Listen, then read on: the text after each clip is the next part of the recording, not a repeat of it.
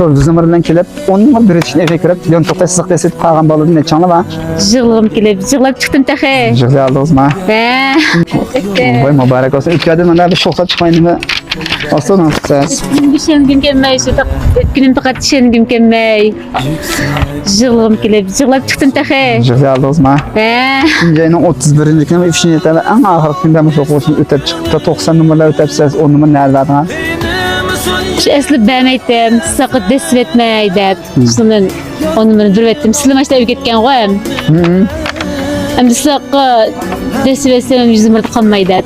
Oramış sizin en doğru karşı olmuş. Nurg'un balalar şu bizim bilan kelib, 10 numar bir için eve kirib, yon to'xta siziq desib qolgan bolalar nechanglar bor? Mishda qolgan bolalar qolsam, ishni amaliyotga yo'llab qo'ygan, men bizim bilan kelib siziq desib qoldim deb. Amaliyotda bir 50 santdan ishilib to'xsaq, 10 numar bo'lsa, 90 o'talaysiz, shu o'quvchimizga o'xshash. Mish bola jiq toplayman, bizim bilan kelsa 10 numar voz kechib tanglar, mayli 90 dan o'tsaga o'tganga hisob desam, qulqingiz olsin chiqib sizniki. Men deganimda o'tib chiqibsiz. Mishda yon to'xta qolish pek ichinishdash, yon to'xtashga sil qo'ylash qolmaydi. Har qanday imtihon bergan bolalar yon to'xtashga bek diqqat qilinglar. Atoydan shu 16 turini tamomlab, oxir bir turga olganda yon to'xtashga qolgan bolalar bor. Emniyetde aldım bir o'quvchimizda qolib qolgan siqlab, shuni shuncha ta'kidlayman, jiq so'zlayman. Bu o'quvchimiz to'plabdim, shu chirib o'tib chiqibdi. 90 numaralar o'tabdi. Aldım vaqtda imtihon berib o'tamayotgan tasavvur talibga chiqib, mana ikkinchi qatimliq imtihon istovsimi o'tib chiqib tamom maydonda vaqti. Endi qisqa olgan shuncha imtihon berib maydon almashgan ekan. Aldı rüybo bergan, aldı jo'ndagan.